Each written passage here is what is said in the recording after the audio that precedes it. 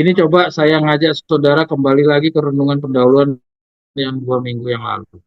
Karena nanti kita akan bisa melihat penyebabnya kenapa sih orang-orang ini, walaupun pekabaran tongkat gembala sudah bergabung dan pekabaran tongkat gembala sudah jelas menegaskan bahwa ada dua kedatangan Yesus, dan melalui tongkat gembala yang tadi barusan kita baca, tegas sekali Victor Utef mengatakan kita kalau nggak punya pengetahuan akan hari dan jam kedatangan Yesus yang tiba-tiba itu, kita nggak punya kebenaran apapun bagi zaman ini.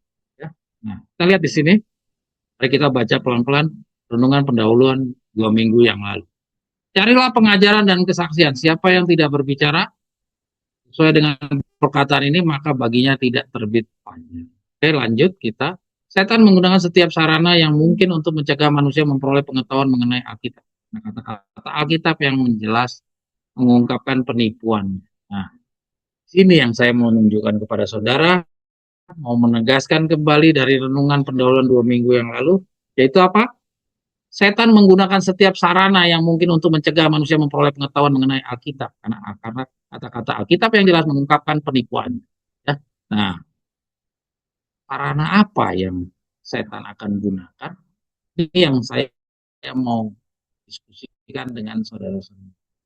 Mari kita baca yang di bawah. Sekarang ia menggunakan usahanya yang paling keras dalam perjuangan yang terakhir melawan Kristus dan pengikutnya. Penipuan besar terakhir akan segera digelar di hadapan kita. Ya.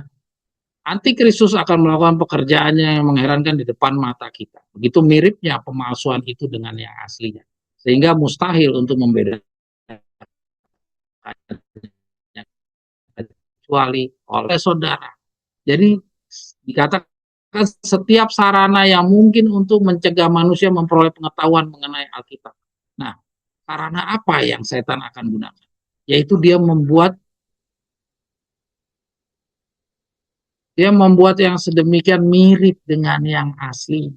Jadi hati-hati saudara, kalau saudara tidak tekun di dalam belajar, tidak membiasakan belajar demikian firman Tuhan, saudara membiasakan diri menggunakan pendapat-pendapat pikiran saudara saja.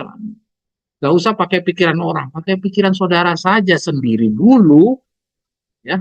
Sebelum Anda bicara ketemu sama orang lain, saudara membiasakan diri dengan pikiran saudara sendiri. Saudara berada di dalam keberadaan yang berbahaya. Ya. Jadi orang-orang yang berbahaya adalah orang-orang yang tidak membiasakan diri belajar demikian firman Tuhan. Nanti akan kita lihat. Ya. Jadi setan menggunakan sarananya adalah menggunakan sesuatu yang mirip dengan aslinya. Dan menggunakan sarana yang mirip dengan aslinya itu melalui siapa? Melalui manusia. Nah, ini yang saya mau tegaskan kepada saudara. Bacaan-bacaan sampai di bawah nanti kita akan lihat betapa piawainya manusia-manusia digunakan oleh kerjaan. Kita tidak awas, tidak waspada, kita bisa jatuh. Melalui apa? Melalui manusia. Ya, oke? Sehingga mustahil untuk membedakannya kecuali oleh demikian firman Tuhan. Ya, Alkitab atau dengan kata lain, demikian firman Tuhan. Setiap, Dela geser dan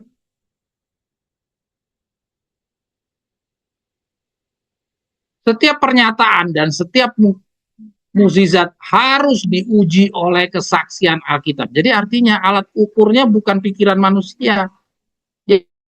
Kebiasaan kita yang tadi saya katakan, sebelum kita menggunakan pikiran orang lain, kita banyak menggunakan pikiran kita.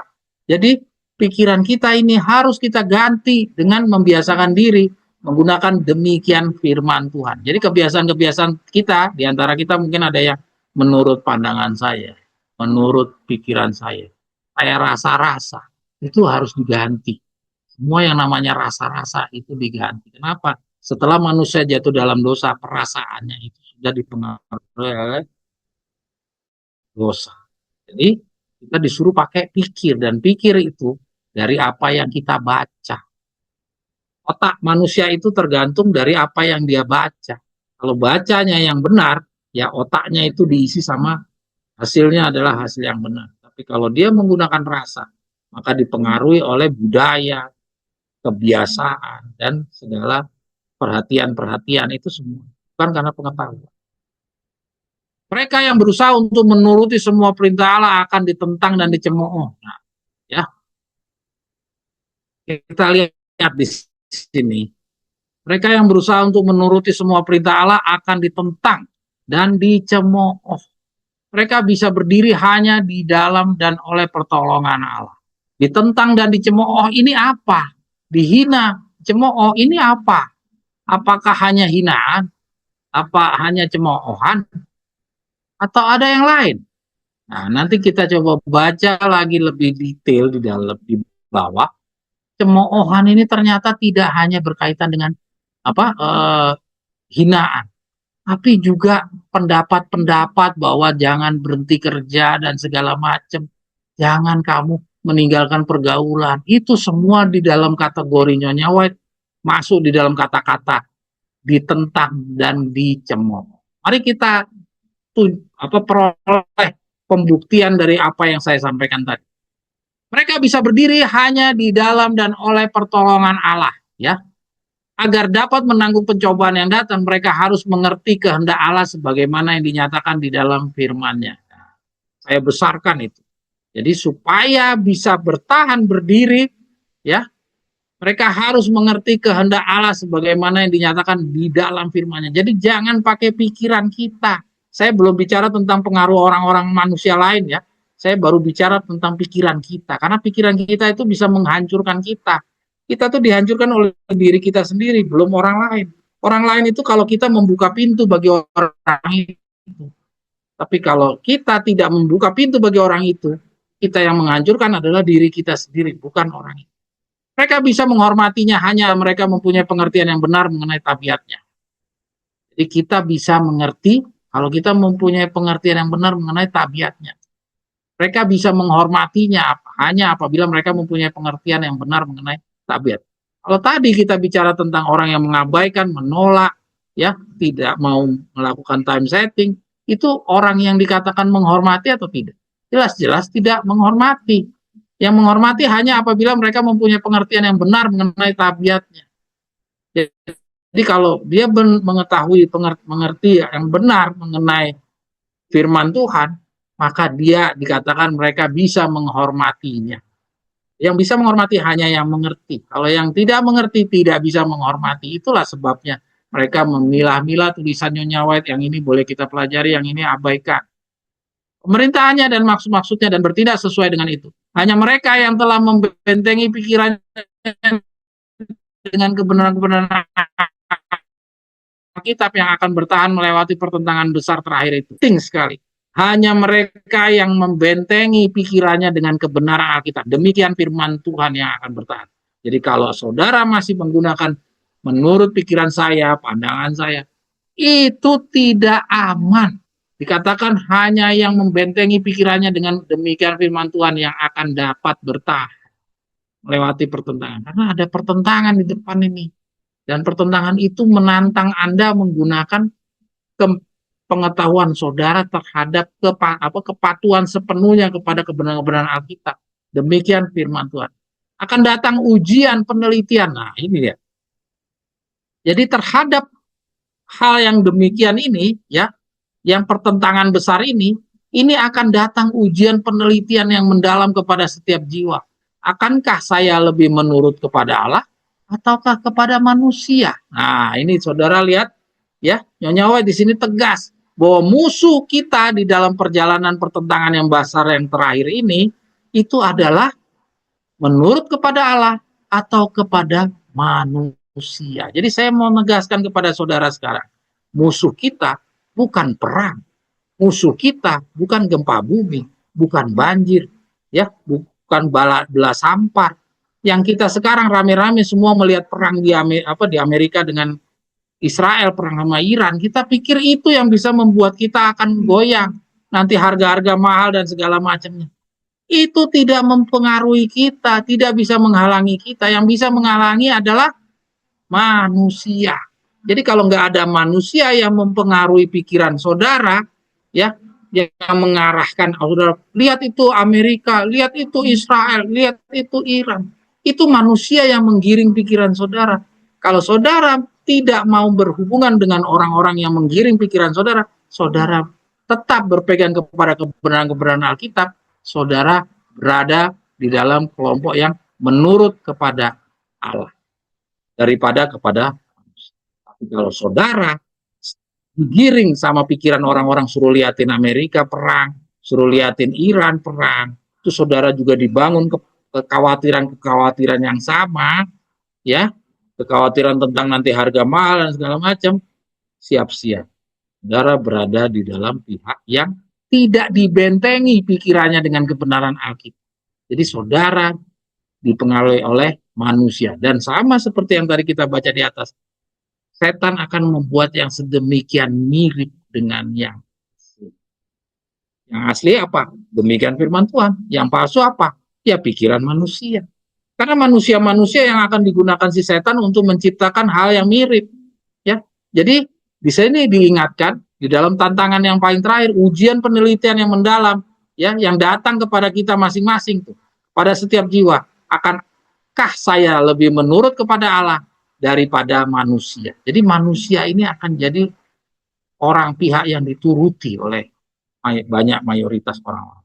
Ella sudah sampaikan ada sekarang rame-rame sudah mulai gantung sama orang yang ada di Filipina. Ini suatu kemunduran. Ini sebagai satu pembuktian dari apa yang kita baca ini. Bahkan saat yang menentukan sekarang ini sudah datang. Nah, jadi saat yang menentukan ini kata Nyonya Wat sudah datang. Apakah kaki kita berpijak kukuh di atas batu karang firman Allah yang tak berubah itu? Apakah kita bersedia untuk berdiri teguh mempertahankan perintah-perintah Allah dan iman kepada Yesus atau kepada manusia? Ya, karena lawan daripada iman kepada Yesus hanya iman kepada manusia. Karena setan tidak pernah muncul dengan dirinya. Dia selalu menjelma di dalam manusia-manusia, agen-agen yang dia sudah pilih, yang meyakinkan. Ya, kita baca yang di bawah. Akan tetapi murid itu yang mencari kelepasan dunia dari perhambaan Romawi tidak dapat menerima pemikiran bahwa ia yang menjadi tumpuan harapan mereka akan menderita kematian. Jadi, oke, kita baca dulu yang sebelumnya. Kita baca dulu baik-baik yang sebelumnya. Dan sebelum kematiannya, sebelum penyalipannya, Juru Selamat menjelaskan kepada murid-muridnya bahwa ia akan dibunuh dan akan bangkit kembali dari kubur. Dan malaikat-malaikat hadir untuk mengesankan pikirannya ke dalam pikiran dan hati mereka. Ya, jadi sebelum Yesus disalib, Yesus sudah menjelaskan kepada murid-muridnya bahwa ia akan dibunuh.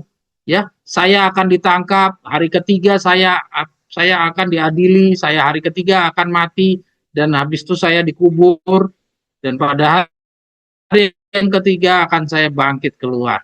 Ya, ini Yesus sudah jelaskan. Ya, akan tetapi murid-murid itu yang mencari kelepasan dunia dari perhambaan Romawi, ya, yang mencari kelepasan dari duniawi, dari perhambaan Romawi, tidak dapat menerima pemikiran bahwa ia akan yang menjadi tumpuan harapan mereka akan menderita kematian. Coba lihat, itu Yesus yang ngomong, dia tidak terima. Kalau gitu dia terima pikirannya siapa? Kalau bukan pikirannya dia sendiri. Ya, karena dia belum dipengaruhi oleh orang-orang. Dia kan murid-murid waktu itu masih sendiri. Belum dipengaruhi oleh orang lain, tapi dia dipengaruhi oleh pikirannya sendiri, yaitu pikiran yang dipengaruhi oleh pengetahuan populer saat itu. Ya, dia nggak terima bahwa Yesus itu nanti akan mati. Padahal Yesus akan mati, Yesus sampaikan demikian, tapi mereka dasarnya dari mana? Kalau bukan dari pikirannya dia sendiri. Ya, oke lanjut dah. Jadi hati-hati dengan pikiran kita sendiri tuh. Kata-kata yang perlu mereka ingat itu sirna dari pikiran mereka. Jadi kata-kata Yesus yang tadi sedemikian jelas tentang saya akan ditangkap, saya akan diadili, hari ketiga saya adili, saya dibunuh, habis itu hari ketiga saya bangkit, itu hilang dari ingatan mereka, dan pada waktu pencobaan datang mereka didapati tidak bersedia. Layak mereka tidak bersedia? Kan udah dibuka, gulungan kebenaran udah dibuka. Kenapa kok mereka nggak bisa terima? Kenapa? Karena dia lebih percaya kepada pikirannya sendiri. Sama halnya kayak teman-teman kita di Waco Texas. Kutipan tadi, dua kutipan Nyonya White itu, satu sama lain yang saling bertentangan, itu juga dipunyai oleh mereka. Tapi mereka condong kepada pikirannya sendiri. Dia tidak mau menggunakan apa yang demikian tertulis. Dia tidak tempatkan di tempat yang tepat. Dia coba memilah yang mana yang ditunjuk di ujung tinggi, yang lainnya diabaikan. Makanya jadi seakan-akan kayak tidak pernah didengar. Ya, kematian Yesus telah menghancurkan harapan mereka seperti jika ia tidak mengamarkan mereka sebelumnya tuh. Ya. Jadi, dalam nubuatan masa yang akan datang itu dibukakan di hadapan kita dengan jelas.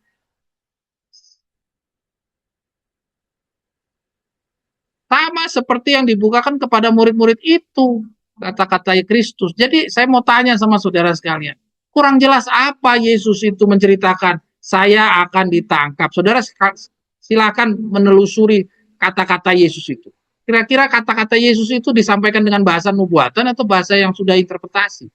Apa masih ada abu-abu dalam penjelasannya Yesus bahwa saya akan ditangkap, saya akan diadili, saya akan dibunuh, terus saya hari ketiga saya akan bangkit. Kira-kira masih ada yang disembunyikan sama Tuhan nggak dalam cerita itu?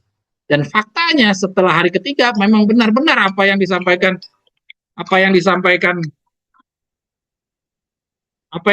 Yesus itu benar-benar tergenapi seperti yang apa yang dia katakan. Tidak ada yang abu-abu, jelas semuanya. Kenapa murid-murid Yesus bisa seperti tidak pernah teringat di dalam pikirannya? Kenapa? Karena pikirannya dia yang mempengaruhi semua pengetahuan akan kebenaran. Jadi bahayanya pikiran manusia itu, saudara. Hati-hati dengan pikiran manusia itu ya. Ini belum pikiran yang pengaruh dari orang lain. Ini baru pikirannya dia sendiri. Ya, ini waktu nggak cukup. Nanti kita akan bedah sampai di bawah. Kita akan bedah sedalam-dalamnya soal pikiran sendiri. Kayak saya bawa ini supaya kita-kita yang mungkin masih ada ragu-ragu soal time setting, hati-hati, itu bukan Tuhan yang membimbing Anda, itu pikiran Anda dan orang lain. Ya, kita lanjut dulu. Ya, peristiwa-peristiwa yang berhubungan dengan tertutupnya masa pencobaan dan pekerjaan persediaan kepada masa kesukaran disajikan dengan jelas. Tetapi orang banyak itu tidak lebih mengerti kebenaran-kebenaran penting ini daripada yang tidak pernah dinyatakan kepada mereka sebelumnya. Ya, saudara, saya ulangi lagi. Jadi dalam nubuatan masa yang akan datang itu dibukakan di hadapan kita dengan jelas, sama seperti yang dibukakan kepada murid-murid itu oleh kata-kata Kristus. Iya tidak. Saudara sudah lihat nggak time settingnya? Saudara silakan yang belum baca website, silakan buka website, kita sudah dapat sampai hari dan jam. Ya, jam 12 malam, tengah malam itu nanti ada Tuhan akan melepaskan calon 144.000. Itu kita sudah dapat semua sampai bulan Oktober. Tanggalnya kita sudah dapat semuanya. Kalau semuanya sudah terbuka, petunjuk-petunjuk kita sudah dapatkan, kita wajib untuk mematuhinya. Kalau semua sudah dibuka, masih juga kita nggak percaya, seakan-akan kayak tidak pernah disampaikan. Bukankah kita akan mengulangi peristiwa yang dialami oleh murid-murid Yesus? Bahwa Yesus sudah menyatakan dengan jelas, sejelas-jelasnya tentang dia akan mati dan hari ketiga dia akan bangkit. Peristiwa-peristiwa yang berhubungan dengan tertutupnya masa pencobaan, ya, dan pekerjaan persediaan kepada masa kesukaran, ini kan bagian kita nih nanti, disajikan dengan jelas. Ya tidak. Ya di zaman Nyonya Wan memang nggak jelas, tapi setelah Victor Hugo menggabungkan dirinya dan gulungan-gulungan dibuka seperti kita sekarang, semuanya sudah jelas. Tetapi orang banyak itu sama seperti yang dahulu, ya, yang dahulu itu sebagai taksiran untuk yang di depan. Tetapi orang banyak itu tidak lebih mengerti kebenaran-kebenaran penting ini daripada tidak pernah dinyatakan kepada mereka sebelumnya. Setan bersiap terus untuk merampas setiap kesan yang akan membuat mereka mengerti mengenai keselamatan, dan bila mana kesukaran datang mereka tidak bersedia. Saya tegaskan itu, merampas setiap kesan. Jadi kalau saudara bicara sama orang, ada orang terkesan tentang time setting, wah dia cuma sebentar. Tapi setan berjuang keras untuk membuang itu kesan yang ada di dalam pribadi-pribadi orang yang telah menerima penyampaian kita tentang time setting. Ya, kita tampilkan tongkat gembala, ya. Waktu dulu ingat Ana semuanya, siapa lagi Omeki, Tante Siana ya. Dulu kita datang ke kelompok Wako Texas, kita tampilkan itu tulisan Victor Hutef yang tadi buku tongkat gembala yang kita tidak mempunyai kebenaran apapun kalau kita tidak mengetahui hari dan jam. Itu terkesan mereka. Saya amati waktu itu mereka terkesan. Tetapi hanya sesaat setelah itu hilang sirna, tidak pernah terdengar oleh telinga mereka. Dan sampai hari ini sama kita lihat mereka tetap tidak pernah beranjak daripada kejadian orang-orang penolak di zamannya William Miller. Anti time setting. Bayangkan 2026 masih juga anti time setting. Padahal peristiwa 1844 itu sudah terlalu jauh. Tidak ada perkembangan. Padahal katanya kalau Roh Allah memimpin, itu dia akan memimpin kepada segala kebenaran. Nah ini dari tahun 1844 sampai hari ini dipimpin oleh Roh atau tidak? Oke, kita lanjut ke bawah ya. Kira-kira itu ya. Boleh. Tetapi sangat banyak orang memalingkan telinganya daripada mendengar kebenaran dan berpaling kepada cerita-cerita dongeng. Nah, 2 Timotius 4 ayat 3 ini benar-benar berlaku di zaman kita. Ya, karena akan datang waktunya orang tidak dapat lagi menerima ajaran sehat, tetapi mereka akan mengumpulkan guru-guru menurut kehendaknya untuk memuaskan keinginan telinganya. Waktu telah benar-benar datang. Waktu itu telah benar-benar datang. Orang banyak tidak menyukai kebenaran Allah. Karena hal itu mengganggu keinginan hati yang penuh dosa dan cinta dunia. Dan setan menyediakan penipuan-penipuan yang mereka sukai. Ya. Jadi nggak disadari, bicara tentang time setting ternyata adalah bagian dari nubuatan 2 Timotius 4 ayat 3 ini. Saudara-saudara, jangan biarkan saudara tergiring oleh cerita-cerita dongeng. Sebelum cerita dongeng, ingat pikiran kita sendiri yang menghalangi kebenaran Tuhan itu bisa berdiam di dalam pikiran. Jangan sampai semua yang sudah dijelaskan seterang-terang benderang ini seakan-akan kayak tidak pernah tersampaikan.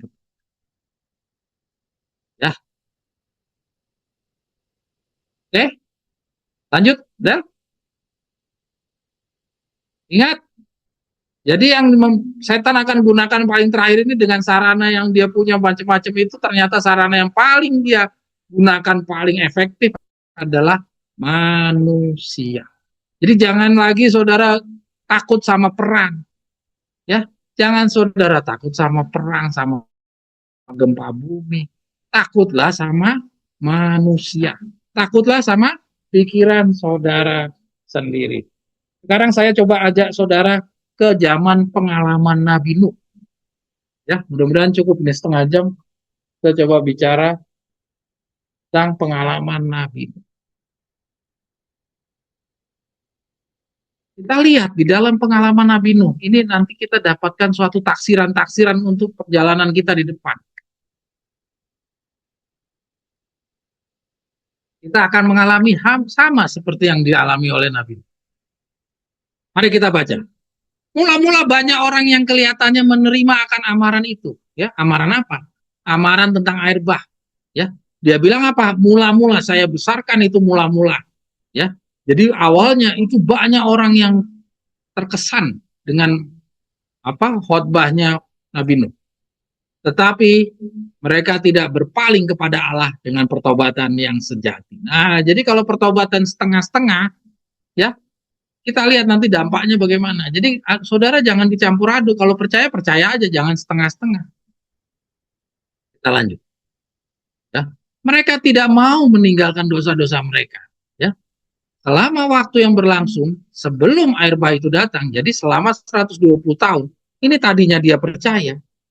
Ini perjalanan waktu, ya sama dengan kita, misalnya kita sudah yakin 2027, perjalanan waktu ini bisa membuat kita goyang nih. Ya, selama waktu yang berlangsung selama sebelum air bah itu datang, iman mereka telah diuji dan mereka gagal untuk menghadapinya. Karena apa? Karena mereka tidak berpaling kepada Allah dengan pertobatan yang sejati. Mereka hanya setengah-setengah. Mereka tidak mau meninggalkan dosa-dosa mereka.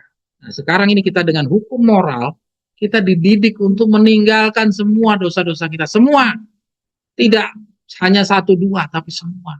Karena dosa-dosa itu akan membuat kita nanti seperti kayak orang-orang di zamannya Nuh. Ya. Selama 120 tahun, kita bisa jatuh di tengah-tengahnya. Jadi biarpun kita sudah percaya 2027, sama kayak orang-orang ini percaya Nabi Nuh. Tapi di dalam perjalanannya, karena dia masih menyimpan dosa-dosa kesayangannya, mereka jatuh. Ya, saya nggak tahu jatuhnya karena apa, tapi di sini nggak ditampilkan. Tapi yang jelas itu karena apa? Karena dosa-dosa mereka masih dia pertahankan. Kita lanjut. Yang sedang merajalela waktu itu dikalahkan oleh ketidakpercayaan mereka yang sedang merajalela waktu itu. Akhirnya, nah, itu tadi mula-mula, ini akhirnya. Kita lihat mula-mula dan akhirnya berbeda. Mula-mula banyak, terus tapi akhirnya cuma 8 orang. Ya. Kita sekarang berada di mana? Di mulanya atau di akhir? Kita sudah berada di akhir. Jadi jangan lagi kita berpikir kita berada di mula. Ya. Akhirnya mereka bergabung dengan sahabat-sahabat lamanya untuk menolak pekabaran yang hikmat itu. Coba, sedih nggak? Sedih tidak itu, saudara? Sedih. Beberapa orang yang benar-benar merasa dirinya berdosa mencemooh, sehingga mereka dengan roh yang sama telah menolak undangan yang penuh rahmat itu. Dan dengan segera mereka pun menjadi pengolok-pengolok yang paling berani. Saya masih punya PR bagi saudara untuk menunjukkan kata-kata mengolok dan mencemooh ini apakah termasuk orang-orang yang mengatakan kenapa berhenti kerja, kenapa kok pindah ke desa, kenapa kok tidak terus-terusan berteman dengan kami. Itu ternyata dikelompokkan. Saya belum selesai untuk menunjukkan saudara ke situ. Ya, ini kita punya internet ini kurang bagus ini.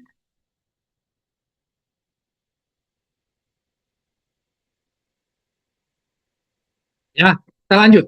Ya, nanti kita akan cari tahu tentang mengolok-ngolok dan mencemooh ini termasuk tidak teman-teman kita yang mengatakan jangan berhenti kerja, sayang segala macam. Itu termasuk bagian yang melemahkan. Segala sesuatu yang menjadi bagian yang melemahkan usaha kita itu dimasukkan sebagai kategori mengolok-ngolok dan mencemooh. Nanti kita akan dapatkan petunjuk itu. Orang-orang dalam generasi itu tidak semuanya penyembah berhala. Aduh, sedih kan, saudara? Jadi yang mula-mula banyak orang itu ternyata tidak semuanya orang-orang lalang-lalang, ya. Ternyata ada sekam-sekam juga di dalam. Sedih, ya. Jangan sampai kita menjadi orang yang kayak gini nih. Kalau kita mau jadi orang lalang, sekalian aja jadi lalang daripada yang setengah-setengah kayak begini nih. Orang-orang dalam generasi itu tidak semuanya penyembah berhala dalam sepenuh arti katanya, ya. Jadi dalam sepenuh artinya itu dia tidak sepenuhnya orang penyembah berhala, artinya dia setengah-setengah. Banyak yang mengaku sebagai penyembah Allah. Aduh, sedih banget kan. Dia ini mengaku sebagai penyembah Allah. Mereka berpendapat. Nih, dia pakai pendapat, saudara. Bahwa berhala-berhala mereka adalah sekedar gambaran Tuhan. Coba, dia menciptakan satu maaf-maaf seperti terhadap hal yang dia sayangi. Dia bilang, berhala-berhala saya itu hanya sekedar gambar kok, ya, agar mereka bisa memperoleh pemikiran yang lebih jelas tentang oknum ilahi itu. Jadi nggak usahlah dibesar-besarkan. Orang itu saya cuma buat gambaran saja kok. Boleh nggak gitu? Golongan inilah yang paling gigih menolak pekabaran Nuh. Saya besarkan itu, saudara. Jadi golongan yang kayak gini nih yang paling gigih. Bukan yang lalang-lalang. Lalang-lalang nggak terlalu keras. Tapi yang lalang, yang paling keras ya orang-orang yang sekam-sekam ini. Ya, apabila mereka berusaha untuk menggambar kalah dengan benda-benda materi, pikiran mereka dibutakan terhadap kuasa dan keagungan. Ya, benda-benda materi. Ada nggak teman-teman sekam kita itu punya berhala-berhala, gambar-gambar Yesus di rumah-rumahnya? Tidak. Tapi lalu apa dong? Lalu apa? Yaitu hal-hal yang menggambarkan ya seperti yang kita pelajari tentang 40 harinya Musa naik ke Gunung Sinai. Ya, ada patung lembu emas. Nah, jadi dia punya gambaran-gambaran yang menggambarkan Musa, gambar-gambaran yang menggambarkan Allah, yaitu pemimpin yang tidak terlihat. Pemimpin yang terlihat dan pemimpin yang tidak terlihat digambarkan dengan patung lembu emas. Patung lembu emas akhir zaman, yaitu apa? Organisasi. Yaitu apa? Kelompok apa? Pemimpin-pemimpin. Ya, yang waktu kita belajar tentang 40 hari Musa naik ke Gunung Sinai, itulah yang dilambangkan dengan kata-kata yang mirip-mirip ini. Ya, yang dia bilang cuman gambar saja kok, kami tidak menyembah berhala. Ya, sama seperti itu. Apabila mereka berusaha untuk menggambarkan Allah dengan benda-benda materi, pikiran mereka dibutakan terhadap kuasa dan keagungannya. Jadi pikiran mereka dibutakan terhadap apa? Kuasa dan keagungannya. Kuasa dan keagungannya itu sekarang diterjemahkan ke dalam kondisi kita sekarang apa? Dalam kebenaran. Jadi pikiran mereka dibutakan terhadap kebenaran dan kuasa dan keagungannya itu sekarang wujudnya adalah Yesus. Ibrani 1 ayat 1. Yaitu apa? Di masa lalu Tuhan berbicara kepada umatnya melalui hambanya, yaitu nabi-nabi. Di akhir zaman dia melalui anaknya. Jadi kuasa dan keagungannya yang dibutakan ini adalah kebenaran. Mereka tidak lagi dapat menyadari kesucian tabiatnya yang tidak dapat diubahkan itu. Apabila dosa menjadi umum, lalu hal itu tidak lagi kelihatan keji seperti sebelumnya, dan akhirnya mereka menyatakan bahwa hukum ilahi tidak berlaku lagi, bahwa adalah bertentangan dengan tabiat Allah untuk menghukum orang-orang yang melanggar, dan mereka menyangkal bahwa hukumnya akan dijatuhkan ke atas bumi ini. Apabila orang-orang dalam generasi itu telah menurut akan hukum ilahi, nah jika mereka menurut hukum ilahi, mereka akan dapat menyadari suara Allah di dalam amaran yang diucapkan oleh hambanya. Jadi kalau mereka mematuhi hukum ilahi, demikian firman Tuhan, mereka pasti sudah bisa mengerti pada saat ada suara Allah datang, ada Noldi datang ke mereka, ada apa misalnya ada Ana, ada si siapa Veno, ada si siapa lagi nih, ya, dan teman-teman, ada kita semua datang memberikan amaran, itu dia akan menyambutnya, dia akan menyadari suara Allah di dalam amaran yang diucapkan oleh hamba-hambanya. Tapi karena mereka tidak demikian firman Tuhan yang mereka pakai, tapi pikiran-pikiran mereka, akhirnya mereka mengabaikan semua petunjuk-petunjuk yang sudah sedemikian jelas disampaikan. Tapi pikiran mereka telah begitu digelapkan oleh penolakan akan terang kebenaran itu. Tuh. Lihat saudara, pikiran mereka, jadi hati-hati dengan pikiran. Ya, pikiran mereka, pikiran manusia, saudara, manusia. Sehingga mereka mempercayai bahwa pekabaran Nuh itu adalah sesuatu yang tidak masuk di akal. Sayang kan? Sayang sekali saudara. Tetapi Nuh, nah ini sekarang kita lihat posisinya Nabi Nuh. Bagaimana dengan Nuh? Adakah Nuh juga terpengaruh? Tidak saudara. Jadi disinilah gambaran kalau umat yang sejati seperti ini.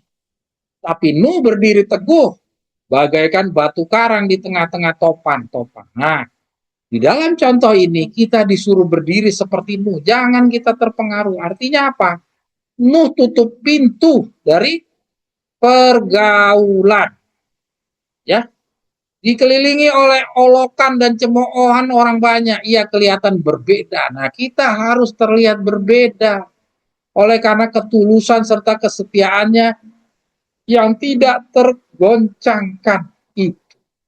Kita harus begitu. Jangan kita membiarkan diri bergaul. Kalau kita tetap terus bergaul, ya selama 120 tahun bergaul terus, padahal disuruh pisah, kita nggak mau. Kita harus sadar diri, kita tuh lebih senang berada di kelompok orang-orang pelanggar hukum. Karena kita dari lahir itu pelanggar hukum.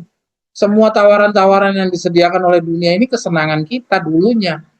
Jadi ketika kita menjalani pendidikan 40 hari, kalau kita tidak tegas sama diri kita, kita akan bisa kembali lagi bersatu sama orang-orang ini. Karena kita pada hakikatnya berada dari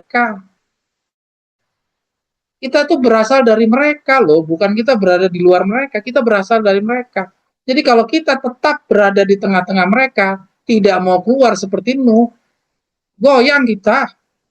Ya, kita lanjut. Suatu kuasa menyertai kata-katanya, karena itu adalah suara Allah kepada manusia melalui hambanya. Ada kuasa yang membantu Nabi Nuh bertahan. Maka kuasa itu jangan didukakan. Ingat, kuasa itu bisa hilang kalau kita mendukakan.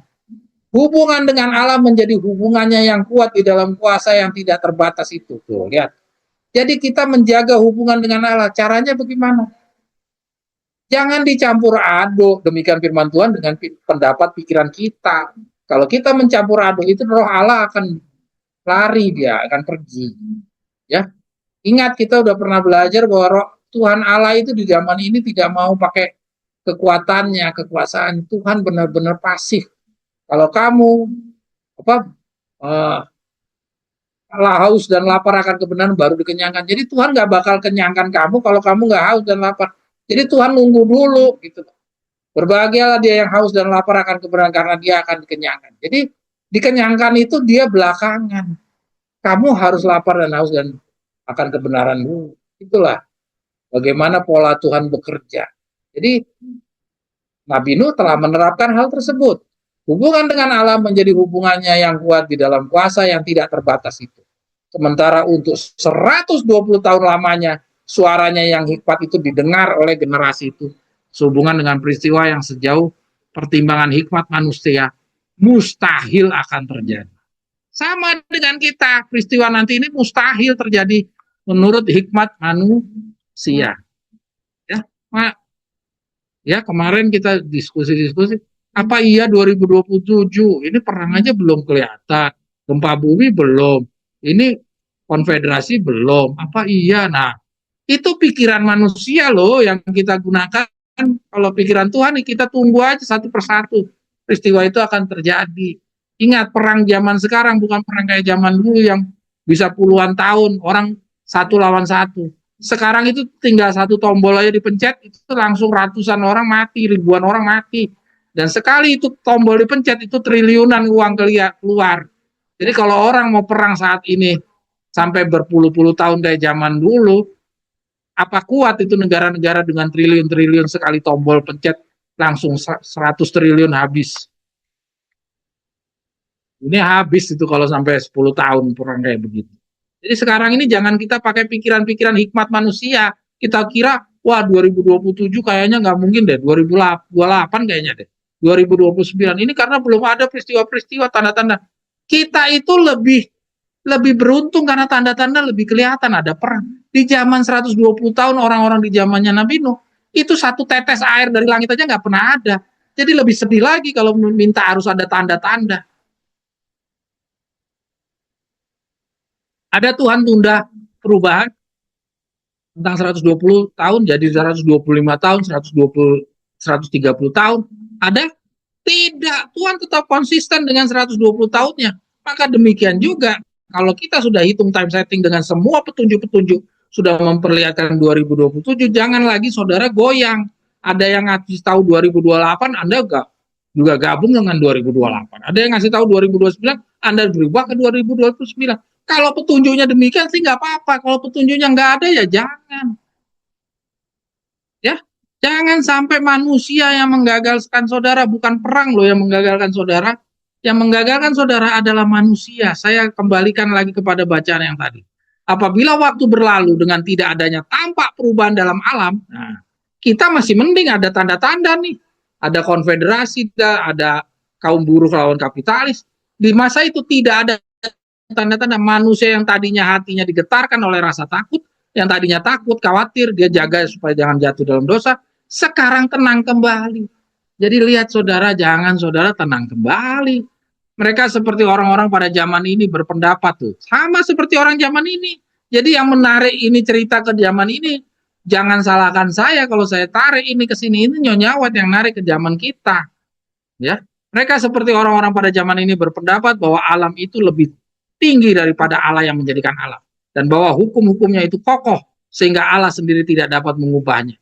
Sambil berpikir bahwa jikalau pekabaran Nuh itu benar, itu berarti bahwa alam ini berlawanan dengan kebiasaannya, dan mereka pun menjadikan pekabaran ini di dalam pikiran orang banyak di dunia ini sebagai sesuatu yang tidak masuk akal, suatu penipuan yang besar yang luar biasa.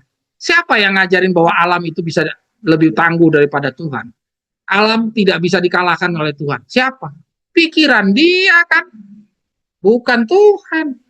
Tidak ada yang mustahil bagi Tuhan. Jadi jangan kita juga cipta-cipta sebuah pemikiran-pemikiran di dalam alam berpikir kita.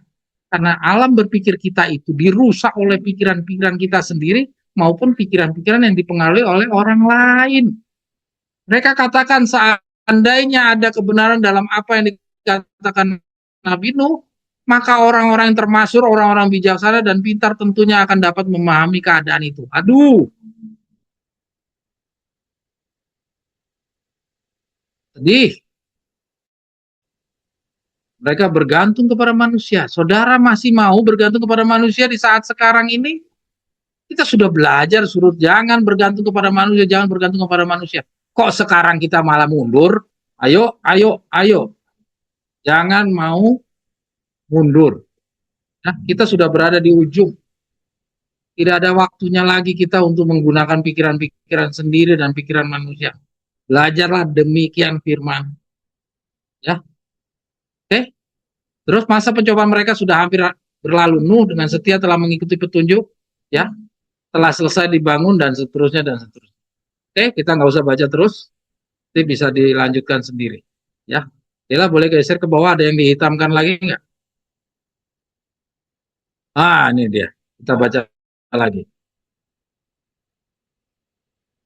Oh, masih panjang. Sementara manusia enggan menurutnya dipimpin oleh malaikat-malaikat suci, mereka datang kepadaku dan berpasangan-pasangan masuk ke dalam batra. Nah, ini istimewa. Dan binatang yang halal berbaris 7-7. Nah, ya, lihat kita baca yang di hitam yang besar. Orang banyak memperhatikan dengan keheranan, yang lainnya dengan rasa takut. Ahli-ahli filsafat dipanggil untuk menerangkan kejadian yang luar biasa itu, tetapi sia-sia belaka. Kenapa kok bisa sia-sia? Kan ini semua dilihat di matanya dia sendiri. Ada keajaiban hewan sepasang-sepasang, harimau tidak memakan kancil, terus tidak ada buaya makan hewan yang lain. Itu semua patuh, berjalan sepasang-sepasang. Ini kan ajaib. Kenapa kok tidak bisa membuat kesan mereka berubah? Itu merupakan suatu rahasia yang tidak dapat dipahami oleh mereka. Tapi manusia telah menjadi begitu keras oleh penolakan mereka akan terang kebenaran. Jadi akibat mengeraskan hatimu, sehingga kejadian seperti ini pun hanya memberikan kesan sementara saja bagi mereka. Jadi inilah yang kita pernah belajar tentang 40 tahun bangsa Israel keluar dari Mesir. Ketika orang-orang bangsa Israel itu banyak lebih percaya pada 10 pengintai daripada 2 pengintai, dampaknya apa? Dampaknya adalah akibat mereka mengeraskan hatinya, ya. Akhirnya apa? Mereka adalah mayat-mayat hidup. Karena Tuhan udah katakan tidak ada satupun di atas usia 20 tahun yang akan masuk ke tanah Kanaan. Nah, pada saat itu mereka dibiarkan keleleran hidup. Maka seperti yang kemarin ada postingan Ana ya, yang mengatakan ada kutipan Nyawat yang mengatakan Tuhan masih bermurah kepada mereka-mereka yang menolak kebenaran. Tuhan masih bermurah, tapi bagi orang itu sudah ditutup pintu kasihan bagi mereka. Sama kayak ini, tapi manusia telah menjadi begitu keras oleh penolakan mereka. Sehingga kejadian seperti ini hanya memberikan kesan sementara saja bagi mereka. Terus, jadi di detik-detik itu mereka benar-benar udah keleleran, nggak jelas itu mau ngapain. Kan Bahtera udah ditutup. Nanti selama 7 hari ya. Nah ini dia, kita baca di bawah. Selama 7 hari setelah Nuh dan keluarganya memasuki Bahtera, tidak tampak tanda-tanda akan datangnya hujan topan. Nah, selama jangka waktu ini, itu 8 orang yang di dalam itu imannya diuji. Tapi karena dia sudah di dalam Bahtera, itu ujian yang dia rasakan itu tidak ada gunanya. Itu akan tetap dia menangkan. Sama kayak kita di dalam kesusahan Yakub nanti kita diuji, tapi itu tetap saja 144.000 akan menang. Saat itu merupakan suatu kemenangan bagi orang banyak di luar Batra. Jadi bagi orang yang di luar Batra, tuh lihat tuh, 7 hari di dalam Batra ternyata tidak ada hujan sama sekali. Tuh kan dibohongin kan. Nah, jadi bagi mereka seakan-akan dia yang menang. Ya. Keterlambatan ini menguatkan mereka akan keyakinan bahwa pekabaran Nuh itu adalah sesuatu yang tidak pernah akan datang. Hanya 7 hari. Sekalipun adanya kejadian-kejadian yang hikmat yang telah mereka saksikan, binatang-binatang dan burung-burung memasuki Batra yang menutup pintu itu, mereka teruskan dengan kepelisiran bahkan mencemooh akan tanda-tanda kekuasaan Allah. tersebut. Ya, saudara. Jadi semua kesan-kesan itu hilang.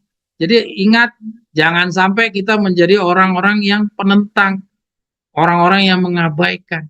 Karena ada waktunya Tuhan itu menghentikan rohnya. Ketika rohnya itu sudah berhenti, ya kamu masih hidup, kamu hanya jadi mayat hidup. Ya, sekarang kamu masih hidup, tapi kamu sudah di mata Tuhan sudah kayak mayat hidup. Ya, jadi jangan kita biarkan kesempatan yang masih sangat terbuka sekarang ini. Karena ketika nanti satu peristiwa sudah mulai tergenapi, ada perang dunia, ada konfederasi, ada kaum buruh lawan kapitalis, ada banjir-banjir, ada gempa bumi, ada perang, ada segala macam. Itu semua sudah tidak akan menciptakan kesan kepada kita. Nanti sama kayak orang-orang di zamannya Nuh ini melihat hewan-hewan sepasang-sepasang hanya terkesan sementara. Tapi keraguan sudah sangat terlalu tajam, terlalu dalam di dalam diri kita. Sehingga kita akan tetap memandang itu sebagai sesuatu yang nggak masuk di akal. Ya, hati-hati. Jangan kita biarkan kesempatan yang masih dibuka pada hari ini. Tapi pada hari yang ke-8, nah itu saya gedekan. Tapi pada hari yang ke-8, coba lihat. Ya. Dan hati manusia dicengkam oleh rasa takut. Dengan diam-diam mereka bertanya kepada diri masing-masing. Mungkinkah Nuh yang benar? Dan bahwa dunia ini sudah ditetapkan untuk dibinasakan. Apakah saudara mau lakukan begini? Karena orang-orang kita-kita yang masih ada ragu-ragu, masih mau nunggu dulu 2027 tergenapi, peristiwa demi peristiwa terjadi, kita masih menunggu juga. Baru nanti pada saat sudah terjadi, baru kita mengatakan, mungkin juga ya, benar itu yang diajarin oleh keluarga John Terry Nate. Bisa jadi itu benar tuh time settingnya. Apa mau nunggu sampai itu tergenapi dulu? Apa ada manfaatnya? Kalau di zaman air bah tidak ada lagi manfaatnya, kesadaran yang demikian, maka demikian juga sebagai apa tadi itu eh, gambaran ke depannya sama juga, ya, sama juga gambaran ke depannya itu juga tidak akan ada manfaatnya. Oke, Dela geser lagi Del.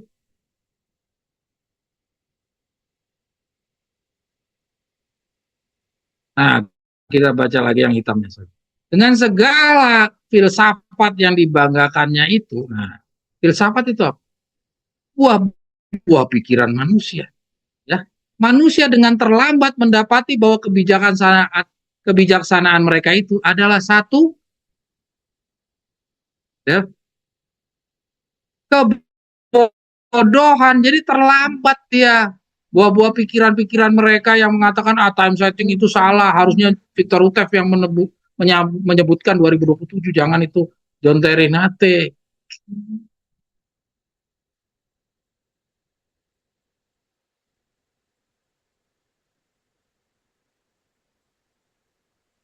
Ya, jadi pandangan-pandangan filsafat itu adalah pikiran-pikiran manusia, bukan pikiran Tuhan. Nggak pernah filsafat itu dihubungkan dengan pekabaran kebenaran Tuhan.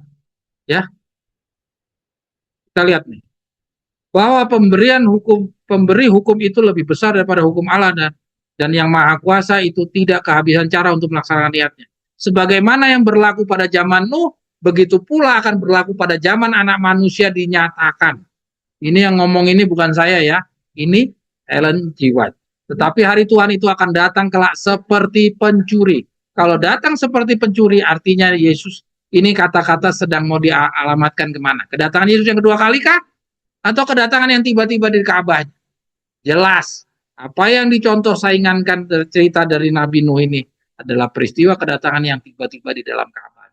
Artinya saudara jangan alergi dengan time setting. Saudara jangan lagi percaya 2028, 2029. Kalau saudara yakin 2027, ya yakinlah dengan 2020. Kita sudah baca bahwa orang yang ragu-ragu tidak ada diberkati Tuhan. Apabila ajaran daripada filsafat telah melenyapkan rasa takut terhadap hukum Allah, bila mana guru-guru agama menunjukkan kepada masa damai serta kemakmuran yang lama dan dunia ini asik dalam urusan dagang dan kepelesiran, menanam dan membangun, berpesta, berfoya-foya sambil menolak amaran Allah dan mencemooh pesuruh-suruhnya, pada saat itu kebinasaan yang mendadak akan datang kepada mereka dan mereka tidak dapat melepaskan. Saudara, coba lihat ya, saudara, orang-orang yang mencemooh waktu itu dia menggunakan apa?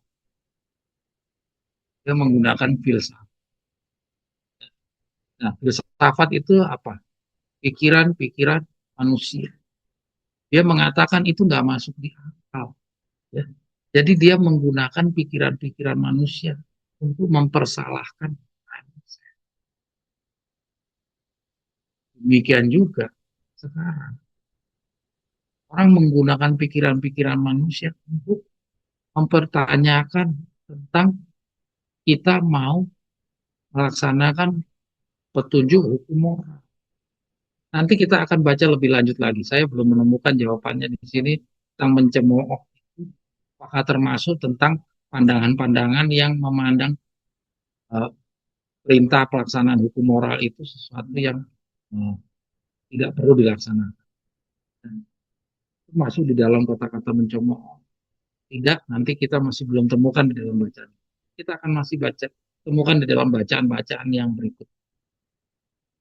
Karena di dalam cerita ini, dia cuma ada dua, yaitu percaya sama yang mencemooh. Ini cuma dua. Jadi artinya orang yang mencemooh ini adalah orang-orang yang meragukan apa yang disampaikan oleh Nabi Nuh. Ini cuma percaya dan kelompok yang mencemooh. Jadi mencemooh ini semuanya ada di dalam. Baik yang menghina maupun yang meragukan, semuanya ada di situ. Ya. Semuanya ada di dalam kelompok. Ya.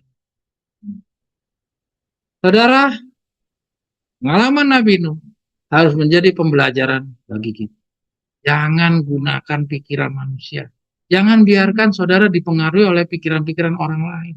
Termasuk pikiran saudara sendiri, jangan gunakan filsafat-filsafat. Ilmu pengetahuan, jangan gunakan. Oke, kita mungkin sudah dididik dari lahir sampai setua ini, ilmu-ilmu pengetahuan duniawi. Tapi dalam belajar kebenaran, kita singkirkan semua. Nabi Musa dahulu, dia mau menggunakan pikiran-pikiran hasil pendidikan sekolahnya. Tuhan nggak berkenan. Tuhan bawa dia 40 tahun supaya dia menghilang daripada semua pengetahuan dunianya. Bersih. Ketika benar-benar bersih pikirannya Musa, baru Tuhan mau menggunakan. Ketika Tuhan ketika Musa masih mempunyai pikiran-pikiran filsafat, walaupun Musa telah dididik oleh ibunya untuk percaya kepada Tuhan, tapi Tuhan melihat ada dua sisi di dalam dirinya si Musa. Sehingga Tuhan melihat ini bahaya kalau saya biarkan. Artinya nanti Musa akan menggunakan cara-caranya sendiri. Dan terbukti dia bunuh itu orang Mesir. Itu dia gunakan pakai caranya sendiri. Dicampur dengan petunjuk Tuhan. Tuhan kasih petunjuk bahwa kamu akan melepaskan bangsa Israel. Tapi caranya, dia pakai caranya sendiri. Perintahnya benar, melepaskan bangsa Israel. Tapi caranya, dia pakai caranya sendiri. Nah, cara-cara yang begini Tuhan gak berkenan. Tuhan hilangkan. Maka dari kita juga demikian. Kita tidak diperkenankan untuk menggunakan pikiran-pikiran. Ya lanjut deh. Kalau nggak cukup waktunya, kita lanjut 2 minggu lagi. Inilah cara kita belajar benar-benar kita detail, kita gali dalam-dalam setiap penjelasan yang disampaikan oleh Ellen White. Nggak perlu kata per kata kita gali.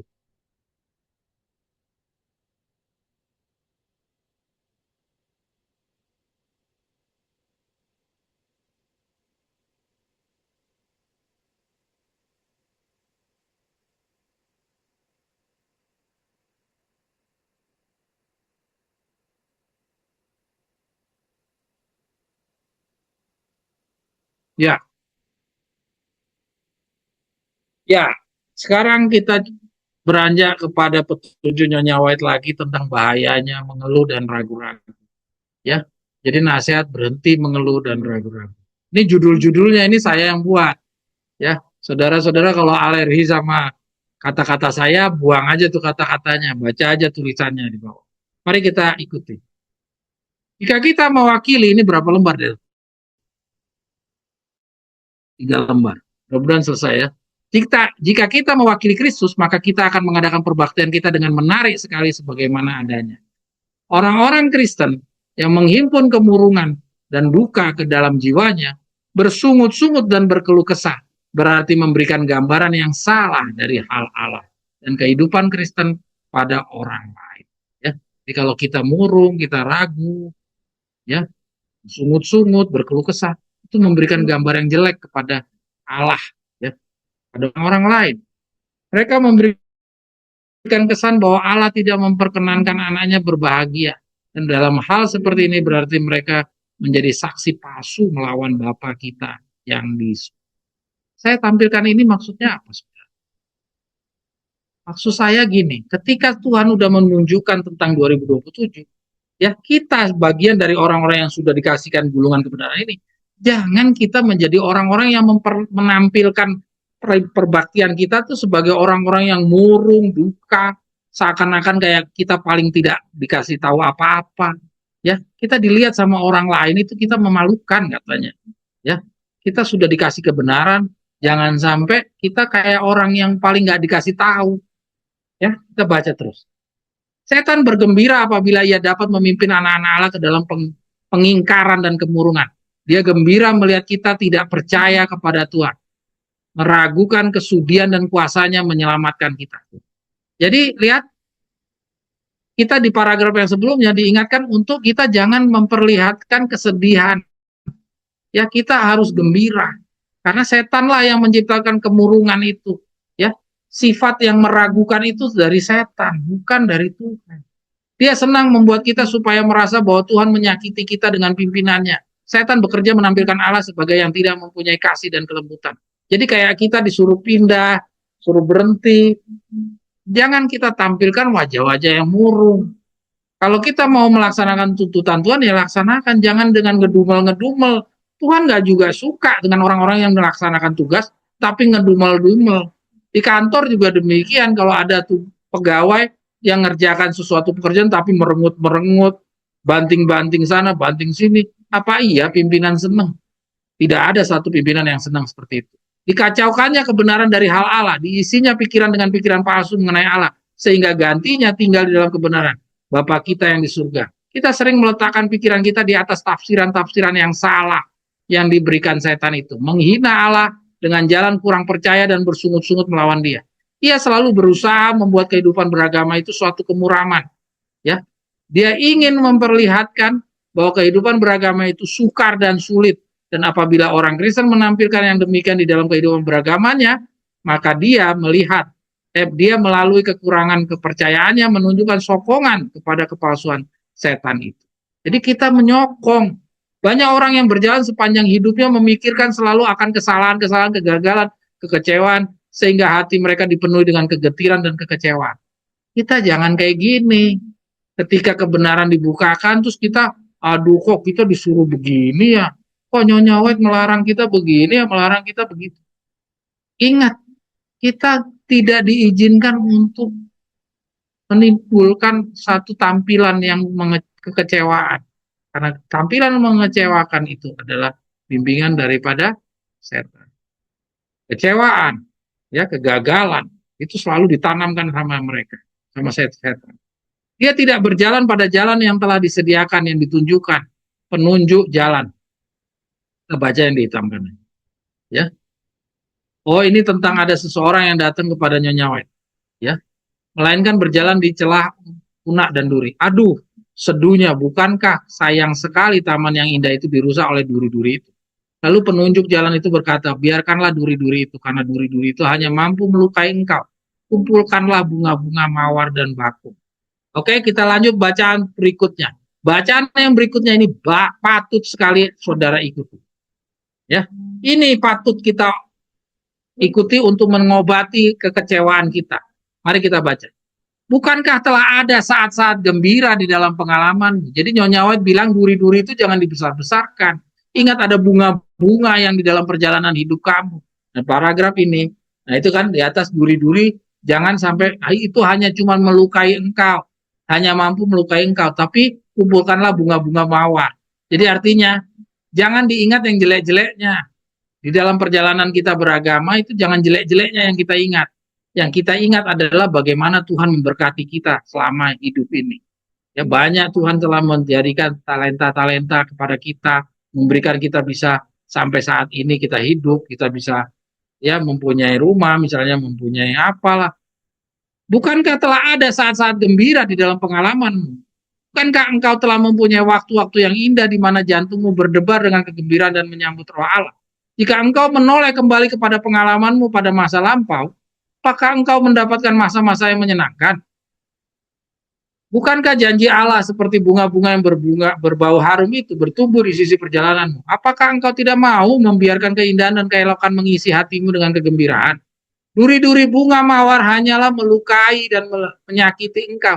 Tetapi jika engkau hanya mengumpulkan duri-duri dan memberikannya kepada orang lain, bukankah dengan demikian engkau selain menghina kebaikan Allah, juga menghalangi orang lain datang yang ada di sekelilingmu berjalan pada jalan kehidupan ini? Ya, jadi lihat tuh, jangan Anda tampilkan keraguan saudara di tengah-tengah kelompok rame-rame bicara tentang time setting, ada orang yang menjual tentang jangan percaya tentang time setting itu. Aduh, saudara berada di tengah-tengah yang tidak tepat pada tempat. Mari kita lanjut. Mengumpulkan kenang-kenangan yang tidak menyenangkan di masa lalu tidaklah bijaksana. Segala yang jahat dan yang mengecewakan. Membicarakannya, meratapinya sampai kita pun dirundung kekecewaan. Satu jiwa yang kecewa diisi kegelapan. Mematikan terang Allah dari dalam jiwanya lalu melontarkan bayangan-bayangan suram pada jalan orang lain. Oke, lanjut. Ya, ini secara general ya, dia bicara tentang meragukan Tuhan itu secara general. Inilah gambaran yang diberikan Allah untuk kita renungkan ya. Terima kasih kepada Tuhan karena telah diberikan kepada kita banyak kegembiraan. Kita disuruh bersyukur ya. Apabila kita seakan-akan ragu terhadap kasih Allah dan kurang, ya geser deh. Kurang yaitu kepada janji-janjinya, kita merendahkan dia dan mendukakan rohnya. Lihat ya. Jadi kalau Tuhan telah menyampaikan kasih Allah seperti apa? Kasih Allah di akhir zaman adalah firman Tuhan. Ya, mari kita baca terus. Ya. Kasih Allah di akhir zaman itu adalah firman Tuhan. Karena kasih Allah itu nggak bisa kita lihat. Kasih Allah itu bukan bantu sana, bantu sini. Kasih Allah itu adalah pengetahuan akan kebenaran. Dan kurang yakin kepada janjinya, kita merendahkan dia dan mendukakan roh kudus. Bagaimanakah perasaan seorang ibu jika anaknya terus-menerus bersungut kepada dia, seolah-olah dia tidak memikirkan kepentingan mereka, sedangkan sepanjang hidupnya dia berusaha memperhatikan kepentingan mereka, serta membahagiakan mereka. Bagaimana perasaan seorang ibu kalau kita ragukan terus? Ya, terus anaknya bersungut-sungut terus-terusan itu bagaimana? Sekiranya anak itu meragukan kasihnya, ini membuat hatinya hancur. Nah, demikian juga dengan Tuhan Allah. Bagaimanakah perasaan orang tua diperlakukan anak seperti itu? Dan bagaimanakah pandangan Bapa kita di surga apabila kita meragukan kasihnya yang telah membawa dia menyerahkan anaknya yang tunggal supaya kita memperoleh kehormatan. Saudara, renungkan sendiri. Kalau Tuhan sudah memberikan seperti tadi kepada murid-muridnya pengetahuan yang sedemikian jelas, ya, terus diragukan, bagaimana? Ya, kira-kira Bapak senang nggak? Waktu itu Yesus senang nggak? Kalau waktu itu Yesus tidak menambahkan 40 hari kepada murid-murid Yesus, mati semuanya itu. Tidak ada yang jadi pekerja roh suci hujan awal. Kenapa? Karena kata-kata ini. Dan bagaimanakah pandangan Bapa kita yang di surga apabila kita meragukan kasihnya, yang telah membawa dia menyerahkan anaknya yang tunggal supaya kita memperoleh kehidupan. Bayangkan di masa itu, murid-murid Yesus, Yesus sudah menyerahkan nyawanya, tapi murid-muridnya nggak percaya. Meragukan petunjuknya yang dia dengan jelas-jelas dia katakan bahwa hari ketiga dia akan bangkit. Itu sakit hatinya seorang bapak bagaimana kepada anaknya yang tidak mau dengar petunjuk. Dan juga di periode kita sekarang. Kalau Tuhan sudah bukakan petunjuk-petunjuk, time setting, bahkan Victor Rutte mengatakan kalau kamu tidak mempunyai pengetahuan akan kebenaran, pengetahuan tentang waktu, kamu tidak mempunyai kebenaran apapun bagi zaman ini. Kalau sudah sampai ngomong begitu, Anda masih ragu juga bagaimana kecewanya seorang bapak pada anaknya. Sama yang dirasakan pada saat Yesus menyampaikannya di buah-buah pertama dari murid-murid Yesus dahulu. Ya, jadi Saudara, marilah kita bercermin dari pengalamannya murid-murid Yesus yang lalu untuk kita mentaksir bagaimana di dalam periode kita sekarang. Maka itu Tuhan masih kasih kesempatan kepada murid-murid Yesus, yaitu pendidikan 40 hari waktu itu. Kalau di dalam 40 hari dia tetap saja tidak percaya tentang Yesus bangkit 3 hari, apakah iya mereka jadi pekerja-pekerja roh suci hujan awal? Tidak mungkin. Maka itu kalau tidak mungkin di masa itu, maka tidak mungkin juga di masa kita sekarang. Jadi ayo berhenti ragu-ragu saudara. Karena petunjuk sudah ditulis. Kalau petunjuk belum ditulis, oke nggak apa-apa. Ini sudah semua dibukakan. Ya, lanjut dan lebih bawahnya. Terus yang dihitamkan aja. Oke. Kita harus saling menghormati. Meskipun kesalahan-kesalahan dan cacat-cacat tidak bisa tidak kita apa? Kita ulangi. Kita harus saling menghormati meskipun kesalahan-kesalahan dan cacat-cacat tidak bisa tidak akan kita lihat. Kerendahan hati dan tidak berharap kepada diri sendiri haruslah ditumbuhkan, disertai kelembutan-kelembutan yang sabar terhadap kesalahan-kesalahan orang lain. Inilah yang memusnahkan sikap mementingkan diri yang sempit, lalu membuat orang bermurah hati dan dermawan. Ya.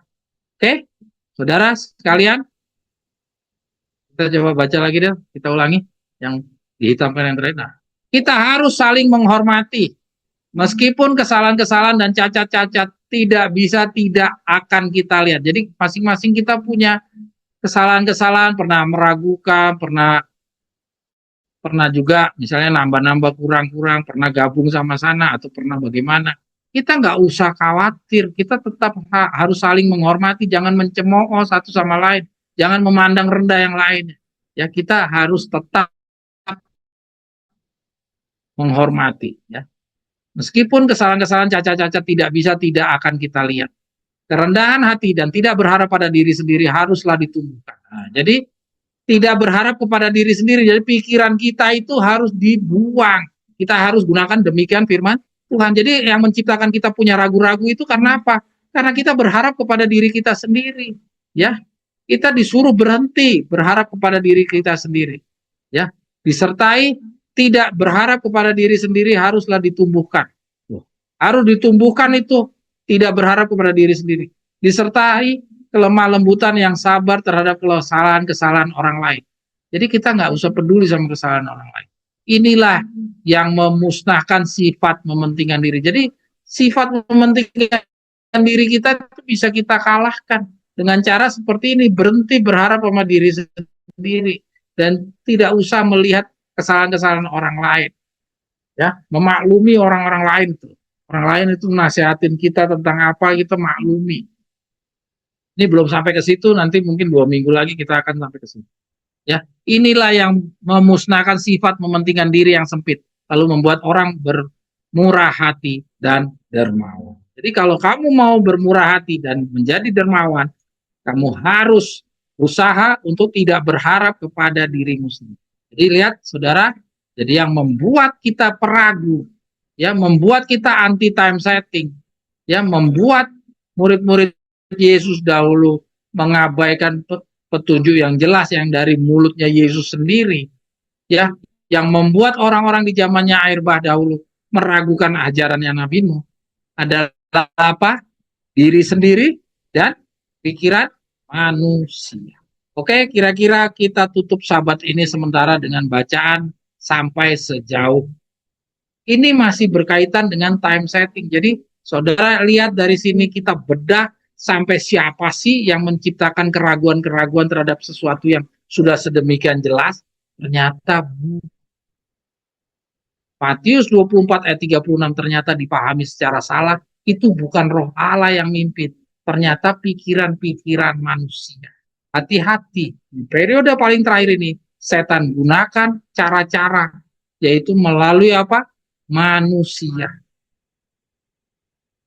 Ya, dia nggak pakai perang, dia nggak pakai gempa bumi, bencana alam. Jangan takut sama hal yang itu, tapi takutlah sama manusia.